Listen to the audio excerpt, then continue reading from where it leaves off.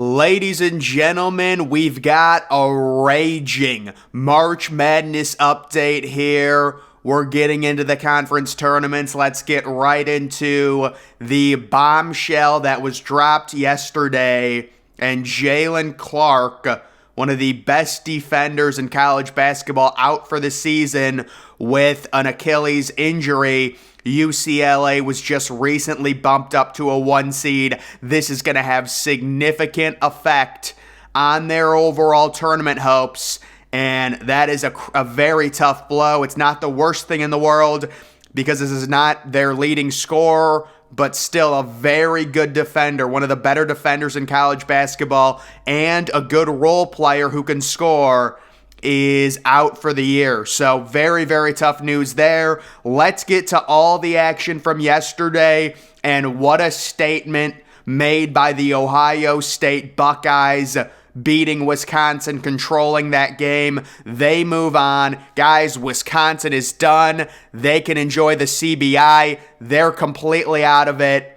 And Ohio State facing Iowa today in the Big Ten. Davidson beats St. Bonaventure. We'll see if Davidson can make a run. Wake Forest beats Syracuse by 3. Jim Boeheim, kind of a weird situation with him, like fake retiring and then saying, just a weird situation there with Syracuse, but they should be getting a new college basketball coach. Colorado State beats Fresno by 2.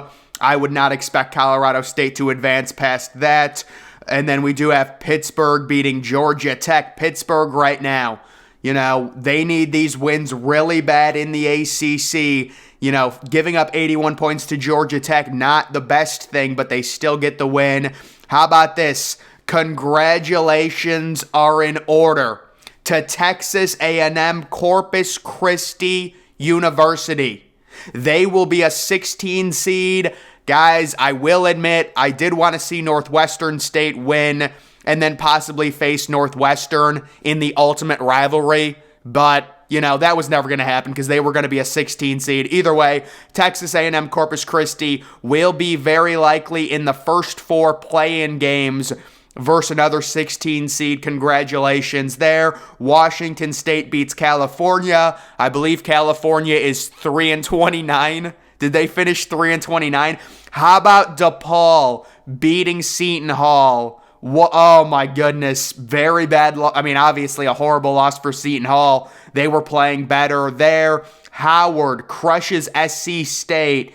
They look like one of the favorites in there, possibly to get a 16 seed. We'll see if they can win their conference tournament. Iona, the class of the Metro, crushes Mount St. Mary's. Very easy win there. We expect Iona to be the auto bid from the Metro. West Virginia handles Texas Tech. Very impressive win by West Virginia. North Carolina, just like we all thought, here they come in the ACC tournament. They crush Boston College. They need to stack wins on top of each other. And at the very minimum, they need to make the ACC championship game. They've got Virginia today. Very winnable game. I've said Virginia is a fraud. I think they probably win that one. New Mexico beats Wyoming. Much needed win.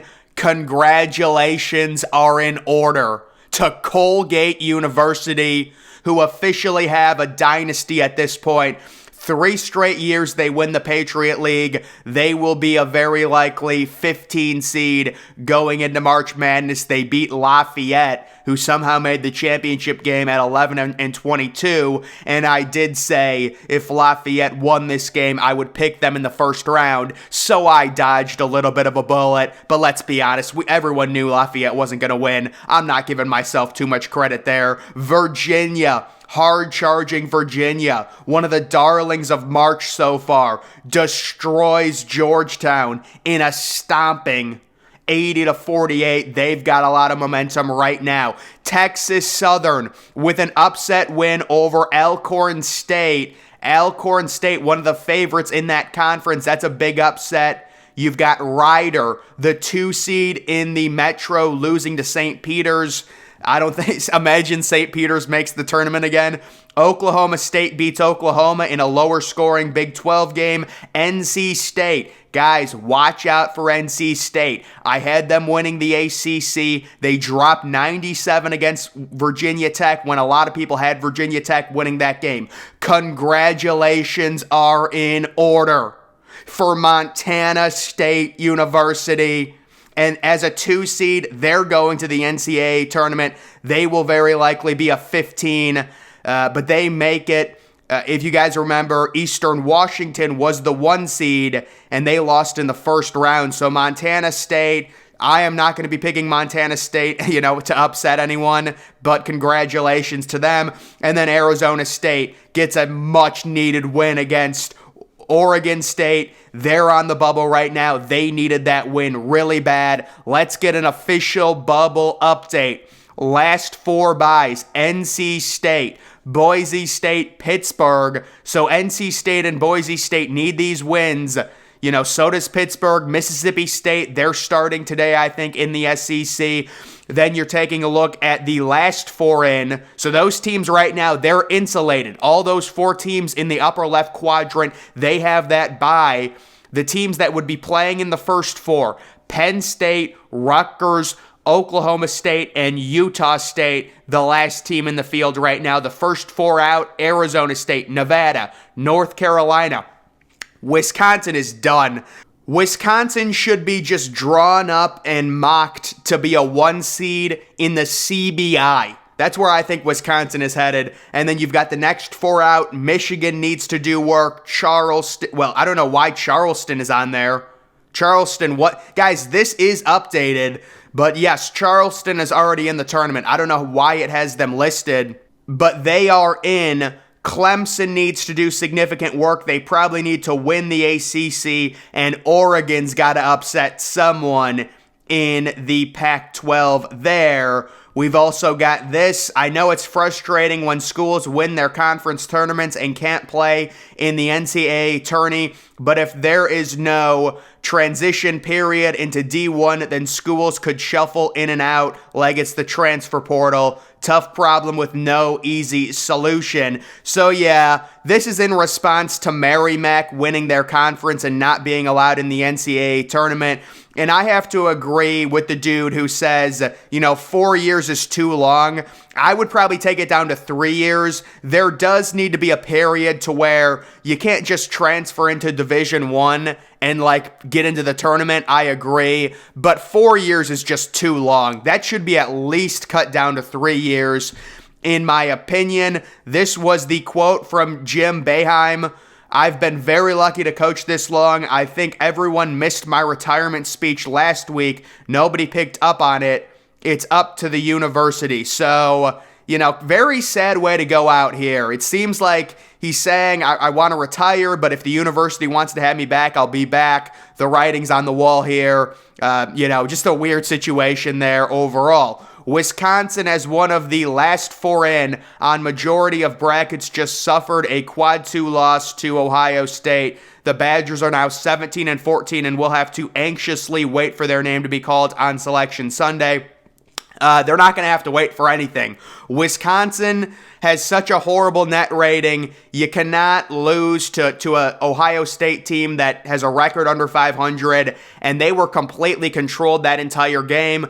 I do have to say, Ohio State did get a little bit lucky with Wisconsin going 4 of 22 from 3, but Wisconsin is long gone, guys. I mean, we all know this. Let's be real about that. Taking a look at the current, one of the more accurate things I look at, this is the who deserves it seed lines for the overall bracket. So you take a look at the 11 seeds, Illinois, Nevada, both in, and then the teams that are out right now, Vanderbilt, Wisconsin, Pittsburgh, Oregon, North Carolina, Rutgers is out, Clemson, and New Mexico.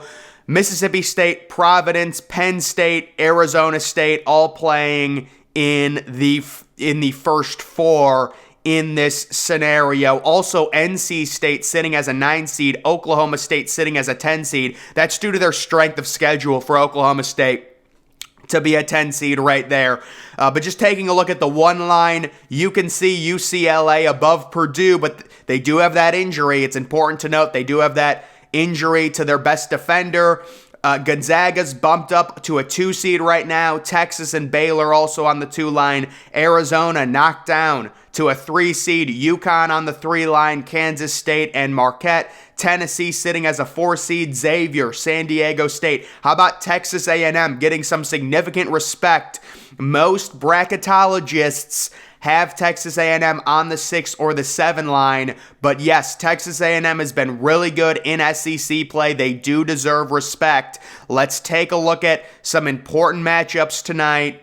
Who are the biggest games? Who's got, you see Kansas versus West Virginia. Kansas, just 2-point favorites according to analytics in that one. That's going to be good. Creighton versus Villanova. We know how good Villanova's been. They're all the way up to 34th in terms of their analytical ranking, and they're just 5-point underdogs against a Creighton team that has been a little shaky. Tennessee's probably going to crush Ole Miss.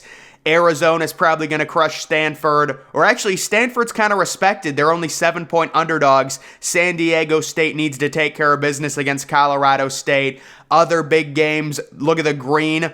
It's Baylor, Iowa State. Very big game for the Big 12 tournament. Auburn versus Arkansas. That's going to be the best game of the day. Very evenly matched teams. I like Arkansas. That's a team that has potential if they put it together. TCU and Kansas State. Total toss-up. Crazy. Both of those teams ranked nearly identically. NC State versus Clemson. NC State will win that game 100%. Virginia versus North Carolina. North Carolina will win that game.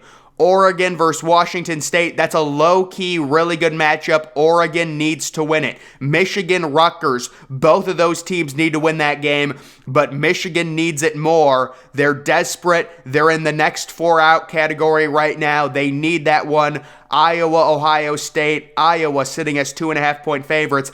FAU kicks off their conference tournament against Western Kentucky, who is 14-point underdogs according to the analytics there. Illinois and Penn State, basically a toss-up game. Penn State needs these wins. Mississippi State, Florida. Mississippi State is in desperate need of a win there. Sam Houston, a team that is a tournament hopeful. They need to win their conference. They kick off as a 7-point favorite against California Baptist. And then you can see Kent State. They're also a tourney hopeful in the MAC. They're 11-point favorites over Northern Illinois. Toledo, the offensive juggernaut. They are 13-point favorites over Miami of Ohio. Utah Valley, they're hopefuls to win and be a 13 seed in the NCAA tournament. They're 6-point favorites. UC Irvine, the number 1 overall seed in their conference. They are sitting right now 11-point favorites over Bakersfield as they begin their conference tournament there. And then we do have some trending net movers from yesterday. West Virginia, all the way up to number 19 after their impressive win. NC State, after dropping 97 points, they are up 4 spots. North Carolina up 5 spots. Ohio State, they're trending. They're up 6 spots. Villanova up 8 spots after their blowout win. Ole Miss up 5 spots. I think they beat South Carolina by 2. Boy, Ole Miss is a dumpster fire, but I think they're getting Chris Beard, so that's a big get for them. Texas Tech trending way down. They're down 7 spots. Virginia Tech down 7 spots. Utah is down 4 spots. And Duquesne is down 8 spots. I knew it was happening, and I still wasn't ready. No pinwheel at midcourt for Big Ten is just plain sad. Yeah, you want to talk about a massive downgrade in terms of logos? We got to get back to the pinwheel. Go back to the pinwheel. The pinwheel is better. That thing on the right looks like a Jimmy Neutron type. You know that thing in Jimmy Neutron when you were younger, you would watch it, and it's like a little thing, like a figure 8 thing? They got to go back to the pinwheel, guys. So hopefully they do that. But that is the official update for March Madness here on Thursday. Guys, that's going to do it for this video. Make sure you're following me on Twitter. Link to that's always in the description. I'm, of course, the Depressed Ginger. Thank you for watching.